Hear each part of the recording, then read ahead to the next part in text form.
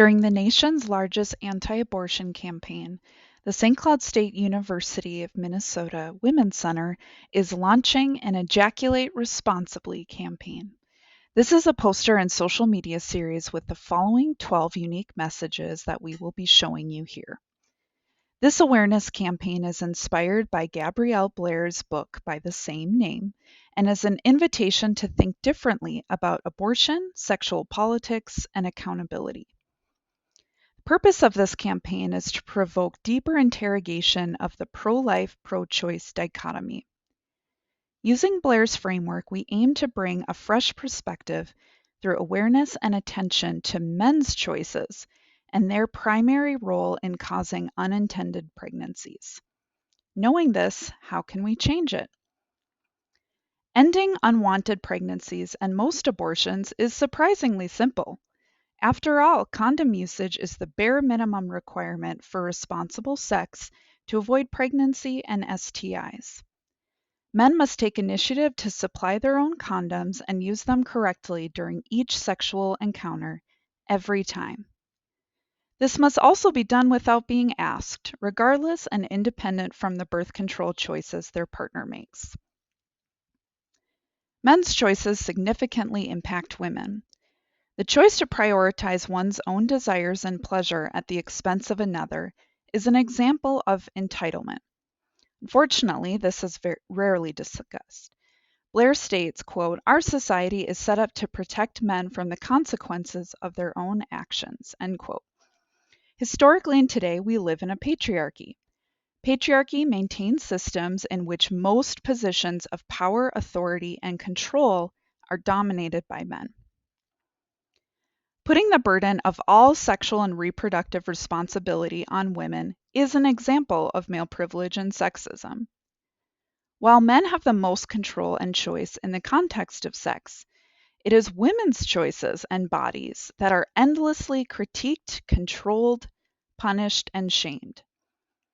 Despite how patriarchy naturalizes women being over-responsible and men being under-accountable, women are never responsible for men's behavior. When it comes to condoms, external or male condoms are usually free, accessible, and have no side effects. Internal or female condoms are hard to find and rarely free. Vasectomies are low cost, low risk, reversible, and one-time effective procedures that only take a few minutes. Vasectomies are often covered by insurance. On the other hand, birth control designed for women is often not free or accessible, requires multiple follow-up appointments and ongoing monitoring, and has many physical and mental health-related side effects. Emergency contraception is also expensive, usually $30 to $50 per pill. Men have the most control because they decide where they deposit their sperm and are responsible for causing pregnancy. A woman alone cannot get pregnant without a viable sperm. Pregnancy itself can put women at significant risk, including death. Death associated with childbirth is 14 times higher than that with abortion. The United States, one of the richest countries in the world, is ranked number 56 in maternal mortality, last among industrialized countries. In addition, the prevalence of men's violence against women is a significant factor that takes away reproductive choice.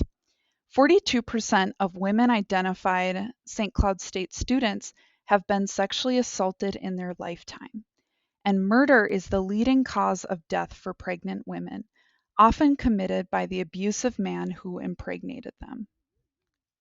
While abstinence is a great option for some, and no one is entitled to sex, people of all sexual orientations and genders can have fulfilling sex lives without causing pregnancy. Responsible ejaculation is both a pro-choice and pro-life solution that is not rooted in controlling, coercing, or forcing women to give birth. Men must be as responsible as women for their own sexual and reproductive health. We believe in men's ability to make safe, thoughtful, intentional, and equitable choices that respect others.